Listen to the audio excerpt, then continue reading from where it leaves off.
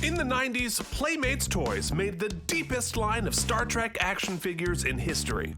My name's Keith, and I'm a collector working towards owning all 284. I've been a Trek fan for almost 35 years, and most people are sick of me talking about it. But somehow I've convinced my old friend Mike to review them with me on Look at My Star Trek Toys!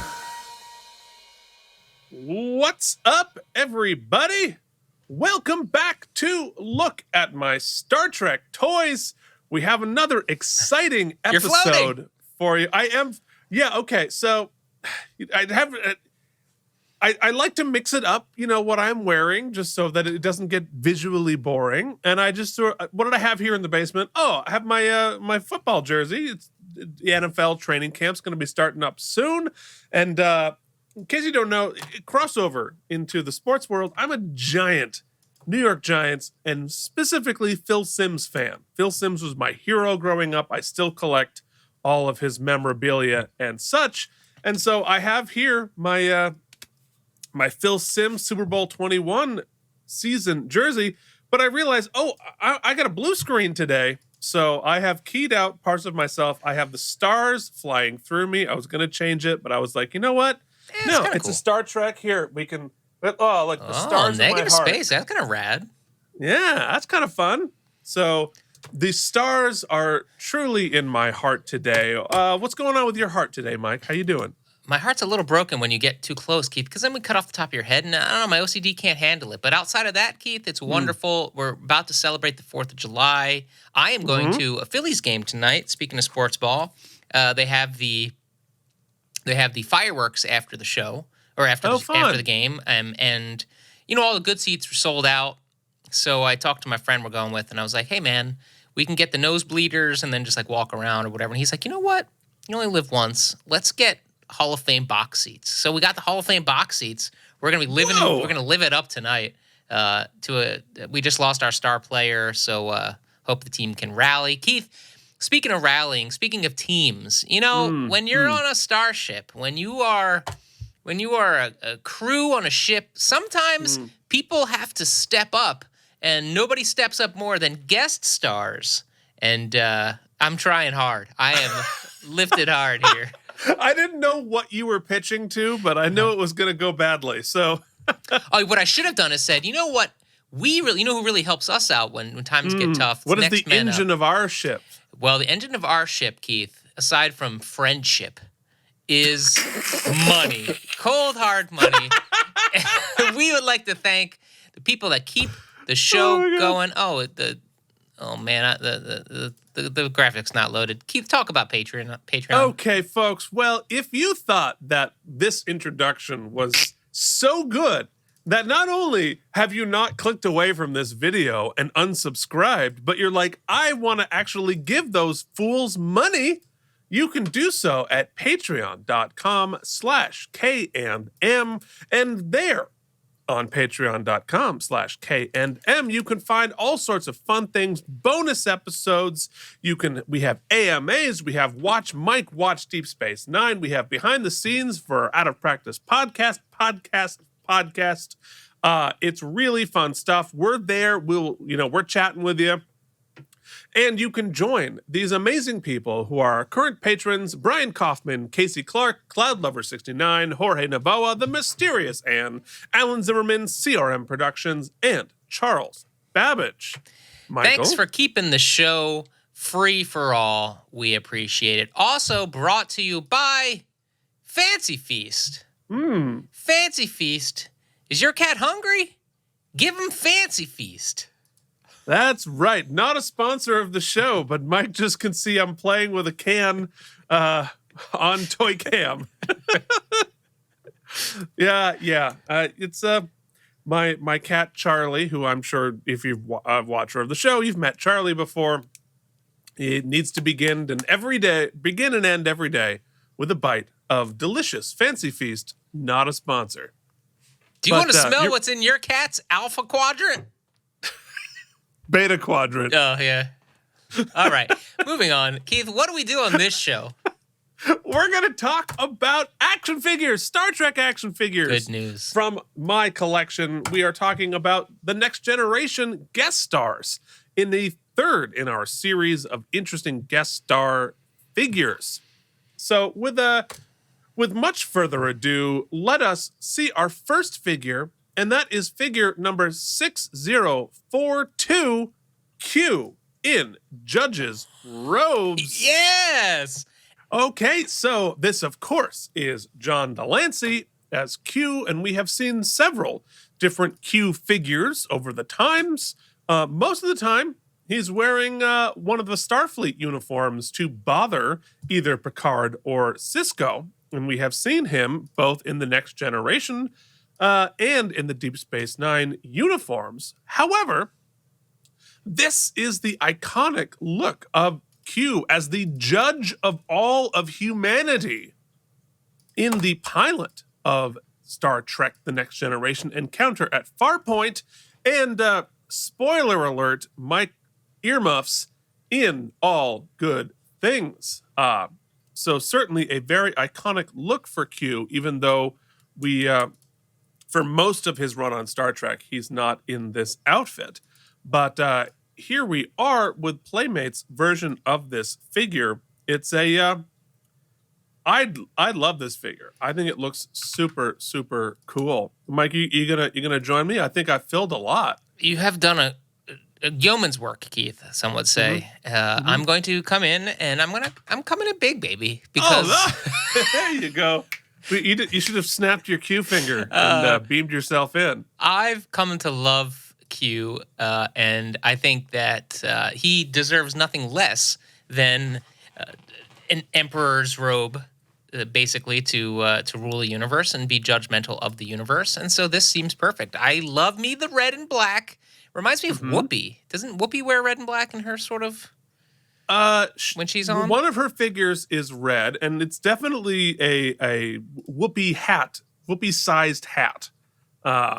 Here on this figure. And so these are judges' robes from humanity's dystopian future. So if we live long enough, and maybe sooner than we think, these are what the judges are going to look like. I think Clarence Thomas is going to look really good in this while he's... Anyway, so let's go over to Toy Cam, and I'll show you some of the interesting features here on this figure. First off, obviously, he's one of our Roby figures, so he does not have the regular articulation because he doesn't have legs. Actually, in this case, if we look up the judge's robes, we can see, maybe if I angle this correctly, there it is. He actually does have legs. Yeah, stubs. Tucked in there. Yeah. It's got bigger stumps than usual. Oh, there's your 1994 Playmates, and this figure was only 3698, a early figure.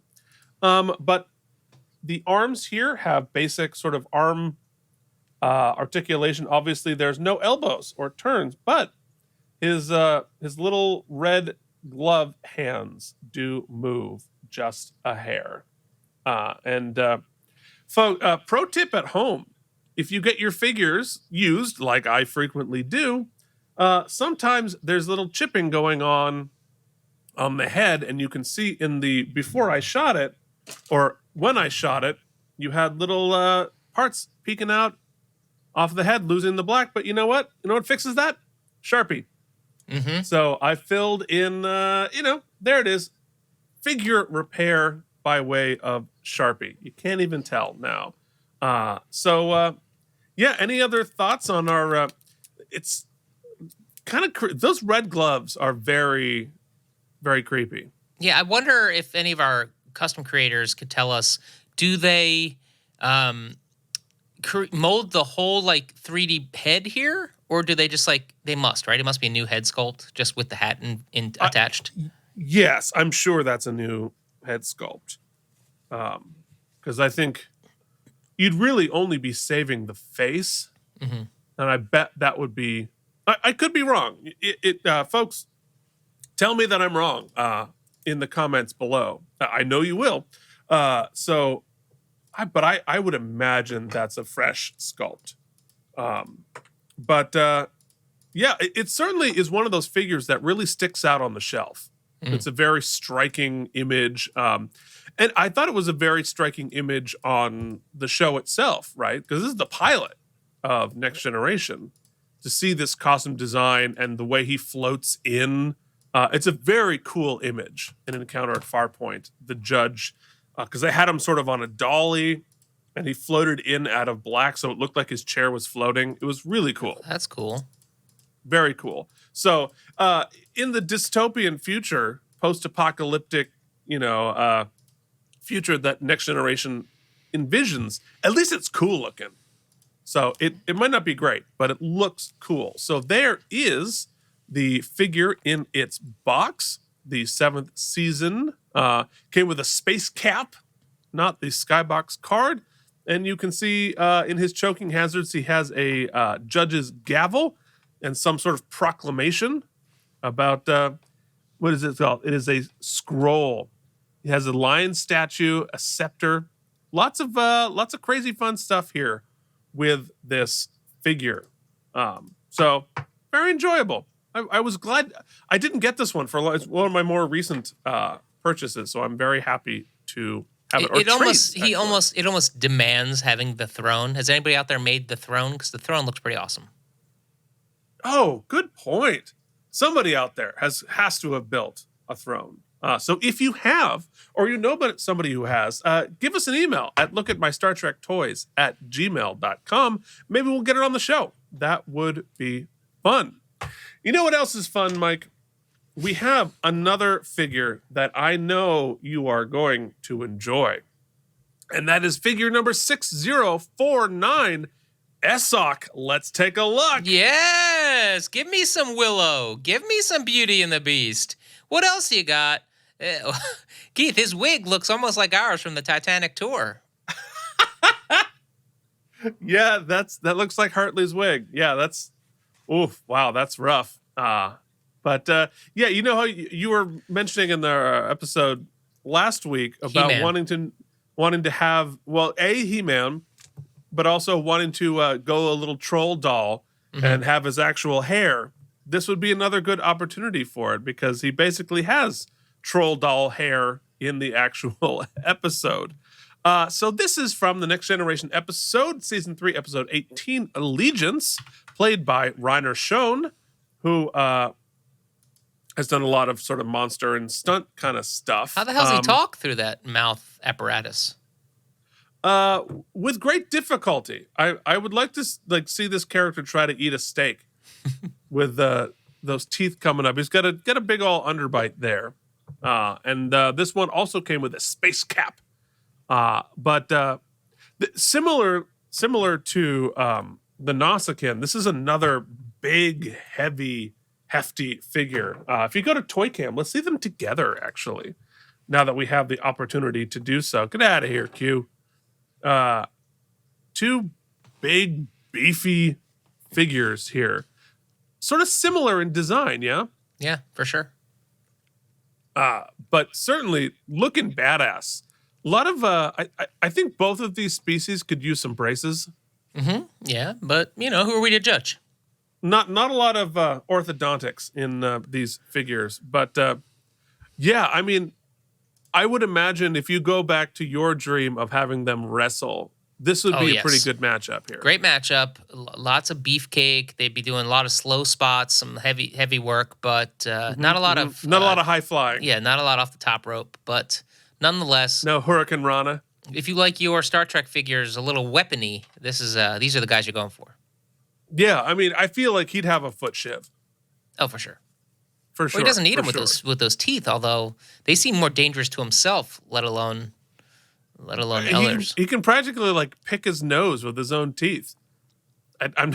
He's giving me vibes. What were the Turtles guys? Bebop and Rocksteady, remember? Bebop and Rocksteady, yes. Also made by Playmates figures. Yep. The new Turtle figures by Playmates are really awesome, by the way. And also designed by Varner Studios, who also did these figures. So small world here, but really cool really cool figure, and it was a cool episode of Next Gen where a species beams Picard off of the ship into a little holding cell with 3 other prisoners. This is one of the other prisoners, and trying to figure out what's going on, what is the experiment, and how can they get out, and which one of them is the mole, is the secret bad guy. So lots of fun stuff there. So I'm going to fill and allow you to pull up your picture of Bebop and Rocksteady that you're working so hard to pull up. So I won't go to the next figure yet. There we go. Oh, yeah. Right? Totally. Yeah, totally. It's almost like the hands are very similar. Those big gold gloves, those gauntlets, those what's the McMuffin guy? Thanos. He's got Thanos gloves. McMuffin guy. It looks like Grimace. You know? Absolutely. I'm ready for lunch. Yeah. But anyway, cool figure. Also looks very striking on the shelf. And, it's a great, cool makeup design that probably wasn't practical to use very often because it probably took a lot of time and money to make that happen. But I would have loved to have seen more of these guys on the shows. So let us move forward to a figure based on a character that Mike, if you think about your television history of watching, where there was a surprise in some the might say television my show. history of television watching, or Yeah, your history of television watching. What is the biggest, oh my God, gasp moment you've had while watching television? It would probably something recently. The TV now, it's like there's so many great prestige moments. I can't. The top doesn't come. Probably the death of a character I wasn't expecting to die, which I won't spoil, but a couple of those. Yeah. Okay.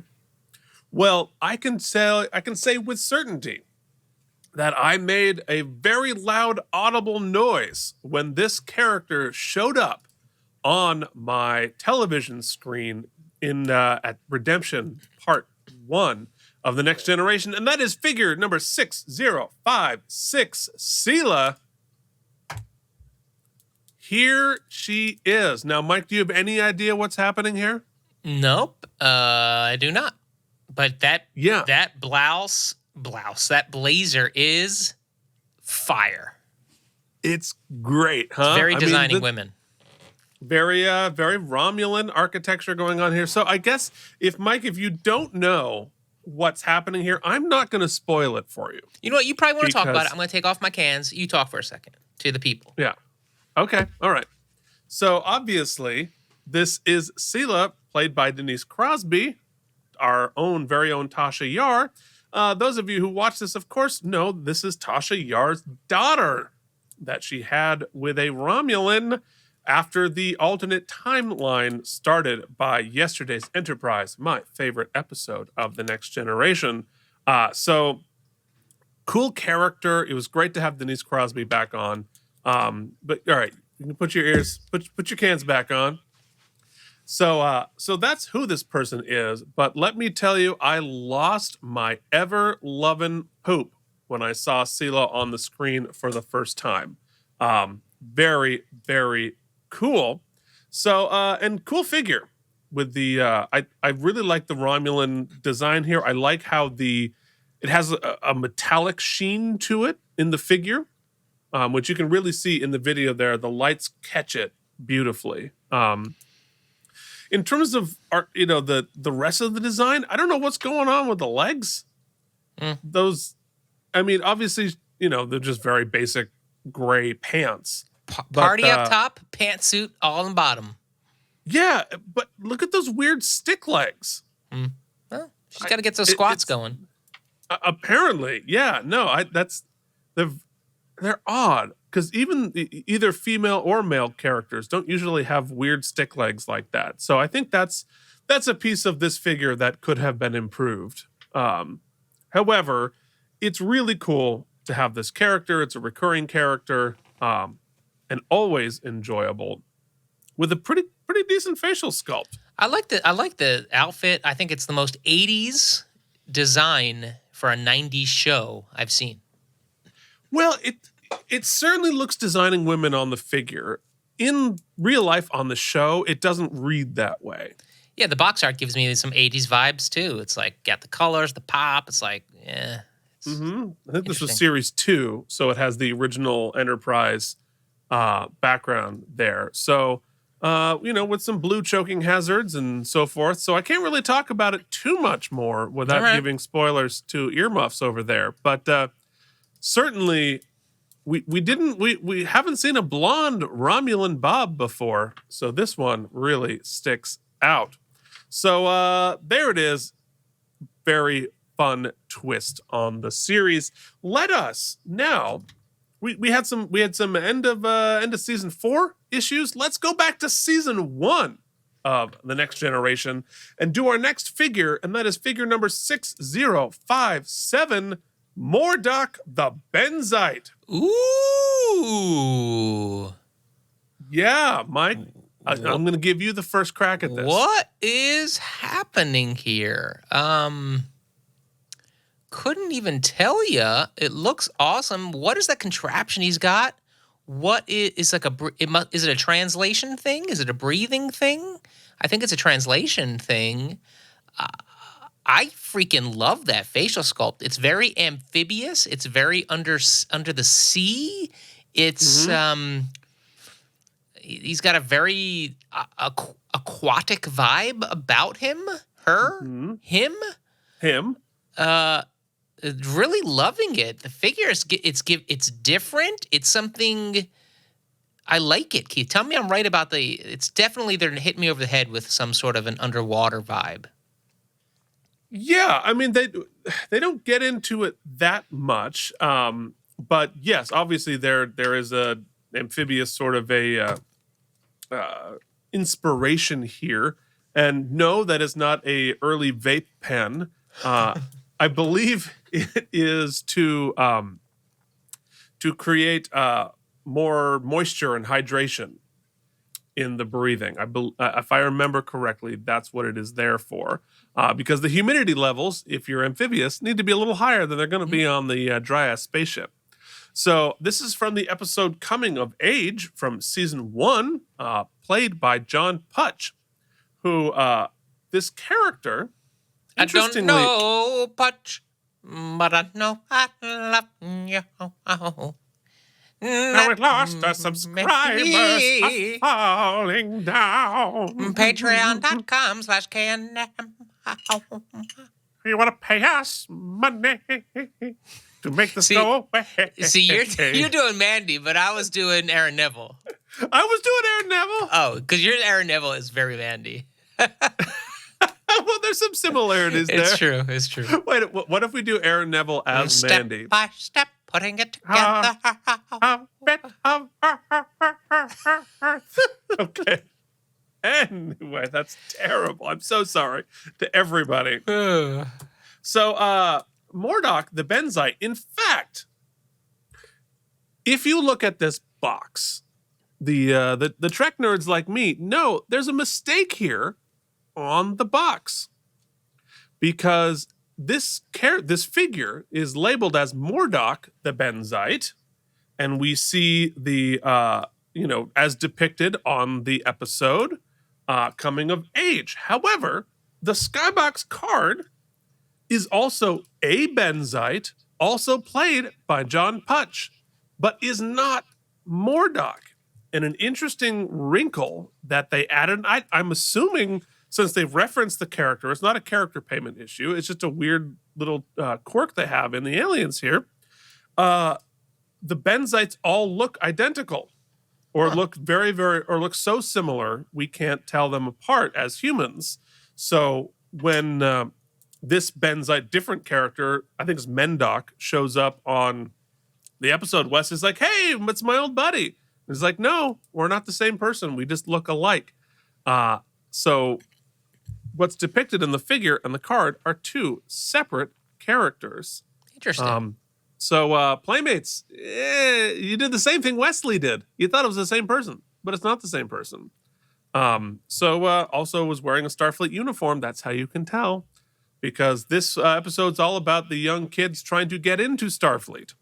So anyway, interesting, cool character, cool design. I don't remember on the episode itself whether he had that cool silver swoosh, and I don't know why the hands are so much bigger. This had some early Playmates giant hands for the aliens. If you remember, the Ferengi figure had these crazy giant hands, and Worf did as well. So I don't know why the hands are so big, but my hands are huge. So anyway, cool figure, very simple pants. They spent it's much like the Sela figure. It's a mullet. It's party up top and business on the bottom. But cool figure, and I'm sure that getting the sculpt of his vape was difficult to do, because if you go to Toy Cam, you can see that is a very thin piece of plastic holding that together. So I bet they were pretty concerned about that falling off and breaking, and having the structural integrity here to keep, because it is a malleable piece of plastic that it's attached to. So, Keith, you know what I would like to see? What would you like to see, Mike? I would like to see this figure in like a bell jar with water, but like with a blue dye added to the water to give it like a more like oceany vibe, with like a nice backlight to kind of have him suspended in the liquid. I think that would be cool. So you would like to watch this poor man drown? No, he's amphibious. I thought we decided. I actually don't remember what the story is there, but okay. Well, you know what? It's Mike's display is getting weirder by the minute, but I love it. Let us move forward and talk about our last figure in this series, which is a bit of a cop out here, because this figure does not represent Star Trek: The Next Generation. It is the last figure from Star Trek Generations that we have not seen yet, and that is our Generations Guinan. Figure number 6927. So we've shown previously Guinan's traditional next-gen figure, and this is one of the ones made for the Star Trek Generations line of figures. If you remember from our previous episode, those featured the uniforms that were never seen on screen, but at least this outfit they got correct from the movie. So a couple things about this figure. You'll notice right away that this was the Generations line, which they did on the cheap, so there's no articulation on this figure. And so there's no elbow, there's no knee, there's none of that in the articulation. However, I really do like the sort of like, I don't know, what would you call that? It's not really a dress or some sort of a smock that she's wearing there. I like the details layering there. And it seems like they did a speckled plastic as opposed to painting it, but I might be wrong. Maybe they sort of speckle sprayed the plastic. I don't know how they did that. But I think it's a pretty good likeness of Whoopi Goldberg. Yeah, it's not bad. You can see the box there. There was no Skybox cards that came with these, but the traditional choking hazards, and you can see the Generations specific card that it's on. Mike, any thoughts? It's good. I like the last Whoopi card. The last, what's her name? Gitty goo. I enjoyed it. You know. So here's an interesting thing about Guinan in the Star Trek movies. Despite, especially in Generations, she plays a pretty pivotal character. In the show, Whoopi Goldberg is uncredited.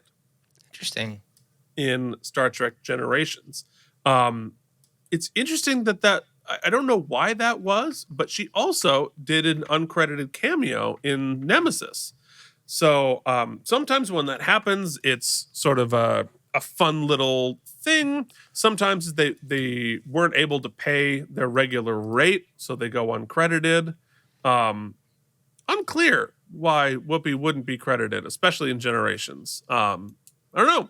So, if anybody out there, if you know Whoopi, I'd love to know the answer to that. Just because I'm curious. But yeah, they always are able to like get a good sculpt on Whoopi. I think that her face is so sort of dynamic that it gives them a lot to work with because it's you always iconic. Yeah. So I mean, look, the Generations line wasn't great. We all know this.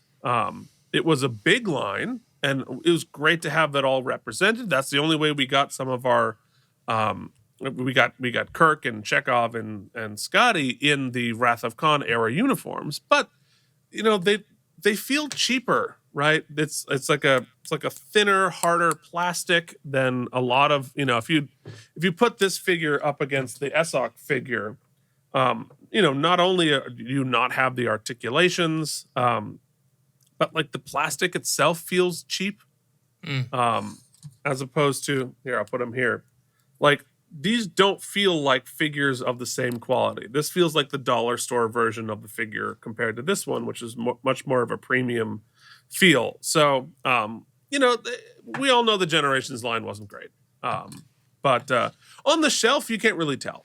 So if you're somebody especially like me, next wants to that display like these bell things, jar, with the aquatic guy. next to the drowning Mordock, yes, it really does pull your eye away.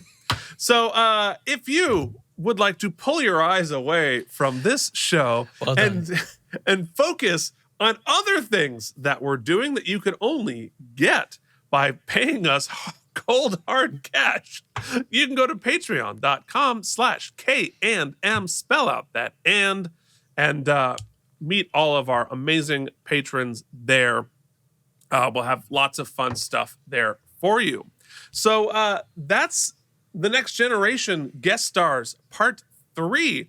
I don't know if we have enough for part 4. We got to get cracking. Get on that eBay. Get on those estates, guys. Go hit up those widows, those widowers. Yeah. Well, there you go. I'm gonna do that, and next week we're gonna have another episode of Next Generation figures because they made a lot more Generation figures than they did any of the others. One of the things I hope Playmates fills in the lines, but we might spend some time in Dixon Hill land. Ooh. So we will see you then. Dixon. Till then, this has been Look at my Star Trek toys!